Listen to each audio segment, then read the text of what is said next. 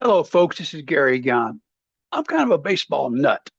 I like baseball, played baseball, love baseball, watch baseball. There's a five-tool player.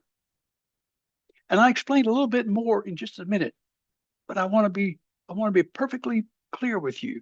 Baseball and auto repair really looks about the same. It's about a five-tool player. I want to talk to you about an SOP 5.2 five-tool player. In baseball, there are five-tool players. Although they are very rare, they do exist. And I know in auto repair business ownership, there are five-tool players. They're rare, but they do exist. And I know that you can learn this to become a five-tool player. What are those tools you need to know? Are you a five-tool player as an auto repair shop owner?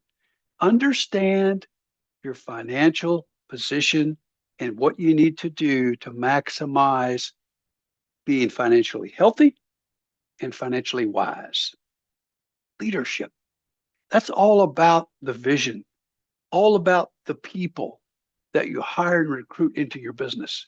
It's all about knowing that. Leadership's about people. Management is about systems and processes, SOPs, if you will, the way we do it here. Why? Because it works. Number four, you got to become a strategist. You got to strategize on what you really want your shop to do for you and your customers. That's strategy. Five is tactical.